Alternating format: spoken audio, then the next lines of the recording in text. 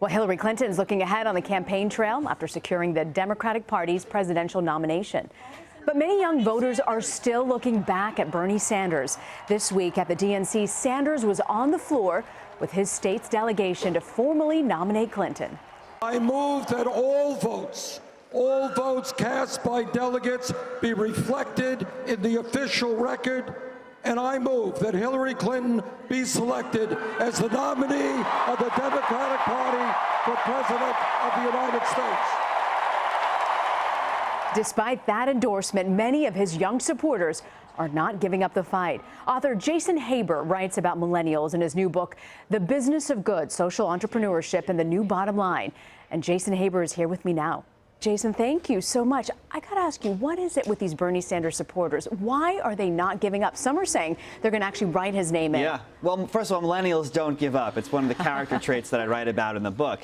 Secondly, Bernie Sanders did a fantastic job of speaking directly to the issues that they care most about. And look, the message just resonated with him, despite his age. And people said, oh, he's an older guy. How could he, message with millennials? Yeah. But it's not about the messenger. It's about the message. And he was able to connect with them in a very powerful way. And you saw it day in, day out in Philadelphia all during this week. So some of these millennials are saying, Bernie supporters are saying, it doesn't matter if he's not going to win. I'm still physically going to cast my vote for.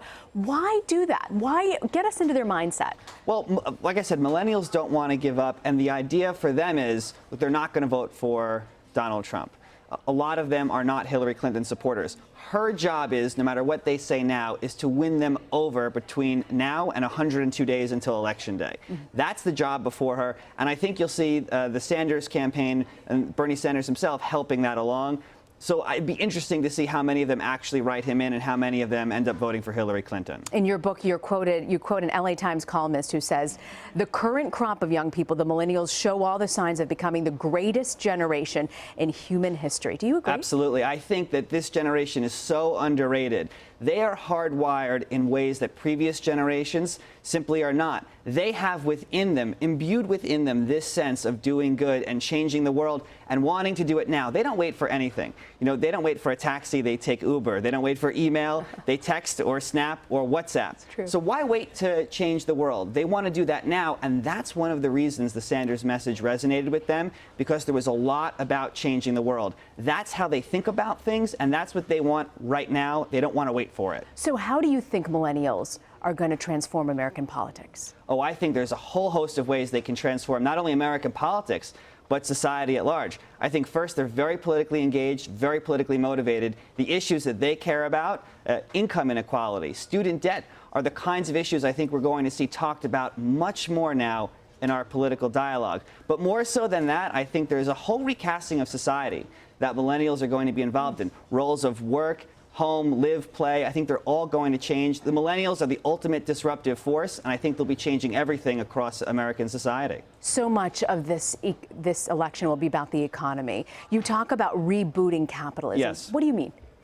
Well, the idea behind In the Business of Good is that capitalism can be an amazing fulcrum of change, but it also has left some people behind. And that's what the millennials, and in many ways what the Sanders campaign talked about. What I argue is that we can use capitalism as a fulcrum for change to create jobs and grow the economy, but in ways that help make the world a better place, that create companies that are not just doing good for shareholders, but also for stakeholders at large. And what we found, and what I detail in the book, is that when you have companies that speak to these issues and can resonate with these audiences, it grows the company. It's good for the company to be doing good. It turns out it's really healthy for the bottom line. That was the most interesting takeaway, I think, from your book, is the fact that millennials and this new generation really wants to invest or be part of companies that are doing or promoting some sort of change in the world. Right. Well, they'll look for companies that reflect their values, and they'll ignore companies that don't reflect their values. So if you're a business and you're trying to attract millennials, you better have the right social ethos and the right message there. Otherwise, they're not going to buy your product. Jason Haber, thank you. You got it. Nice to see you. Nice to see you.